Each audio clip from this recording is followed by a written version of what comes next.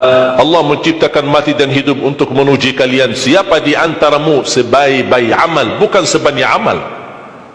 Allah tidak minta tahajud sepanjang malam.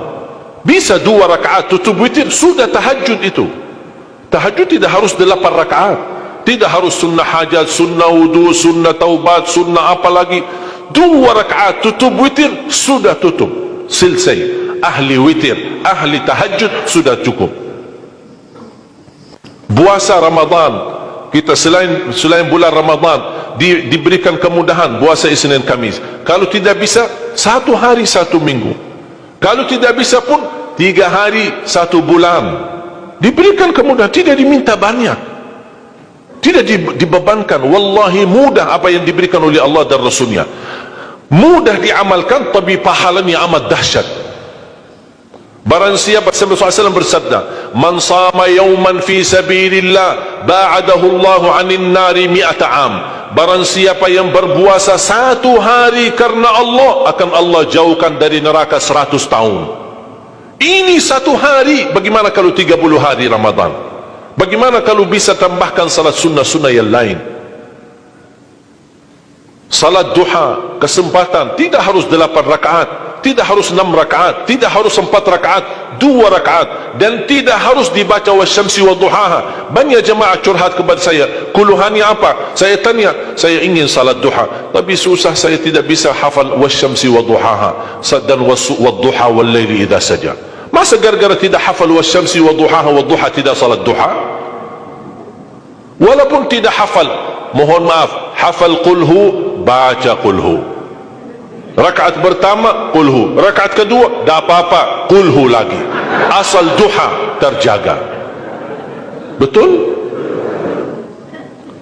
Witir jangan lewat 1 malam tidak witir, walaupun tidak tahajud. Iman sah witir tambah tahajud, boleh witir walaupun tidak tahajud, boleh witir walaupun tidak salat malam. Saya punya kebiasaan, habis isya sunnah ba'diyah, habis itu 3 rakaat sunnah witir, 2 rakaat muqaddimah witir, salam, baru 1 rakaat witir, sudah selesai. Saya beraktivitas kembali, ada jadwal, ada ini, apa kemana saya pulang ke rumah istirahat. Kalau saya bangun tahajud, saya bisa tahajud, belum azan subuh saya masih bisa laksanakan tahajud, tapi tidak boleh witir lagi karena sudah witir duluan, sudah selesai.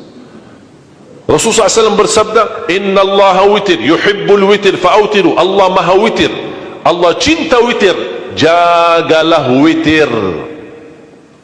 Amirul Mu'minin Umar bin Khattab ketika ditanya, kenapa wahai Amirul Mu'minin suka witir sebelum tidur? Kata beliau, saya khawatir meninggal dunia dalam keadaan tidur belum witir. Salat witir, kalau tidak berkesempatan salat malam tidak apa-apa, tapi sudah namamu tertulis ahli witir.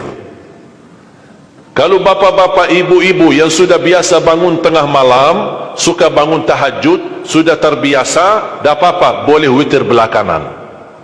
Tapi kalau ada yang merasa kekhawatiran atau tahu dirinya suka malas, bangun tapi malas-malasan, berat untuk laksanakan, daripada kita ketiduran, tidak salat sama sekali, mendingan witir amankan dulu. Diamankan witirnya supaya tertulis namamu ahli witir.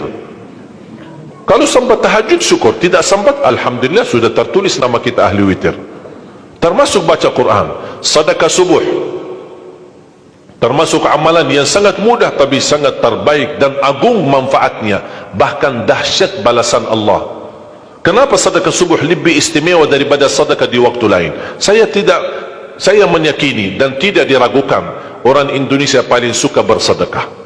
Setiap majlis ta'lim, setiap ada acara kegiatan majlis ta'lim atau kota amal di waktu Jumat, dimanapun ada orang Indonesia pasti suka bersedekah, beramal saleh, mengisi kota amal. Tapi yang perlu diperhatikan pertama sedekah subuh. Kenapa sedekah subuh lebih istimewa? Karena ada malaikat yang Allah turunkan, tugasnya cuma satu, mendoakan orang yang bersedekah di subuh hari. Siapa yang tidak mau doa malaikat? Yang kedua, di subuh hari selalu kita bersedekah, termasuk di waktu subuh maupun di waktu lain. Sering saya memperhatikan jarang jamaah menggunakan doa sesudah sedekah, padahal doa sesudah sedekah atau sedekah disertai doa dahsyat, bahkan doa terjamin makbul. Saya harap mulai hari ini sudah siapkan kotak amal di rumah. Bapa punya satu, istri punya satu, anak-anak masing punya satu. Apa itu botol, apa itu kaling, apa itu kotak, terserah. Setiap waktu subuh sebelum beraktivitas, isi sedekahnya. Kalau bisa isi disertai doa, pasti banyak hajat bapa ibu. Ya Allah, dengan berkah sedekah ini sembuhkan kedua orang tuaku kalau sakit. Ya Allah, dengan berkah sedekah ini sembuhkan penyakitku, sudah lama saya menderita sakit belum bisa sembuh. Ya Allah, dengan berkah sedekah ini karuniailah kepada aku dan keturunanku menjadi penghafal Al-Quran. Ya Allah, dengan berkah sedekah ini berikan kemudahan bisa ke tanah suci haji dan umrah dan ziarah Nabi Muhammad sallallahu alaihi wasallam. Ya Allah, dengan berkah sedekah ini anakku sedang ujian, termasuk anak-anak, ajarin anak isi sedekah, anak doa. Ya Allah, saya lagi ujian, mudahkan ujian saya. Ya Allah, dengan berkah sedekah ini titipkan pahala sedekahku untuk kedua orang tuaku. Itu juga boleh, tetapi tolong disesuaikan. Jangan sedekahnya koin-koin tapi doanya sampai terbit matahari. Malu sama Allah. Kelamaan kata malaikat doanya, padahal sedekahnya teng teng teng. Kalau saya usulkan, satu kali sedekah, satu kali hajat.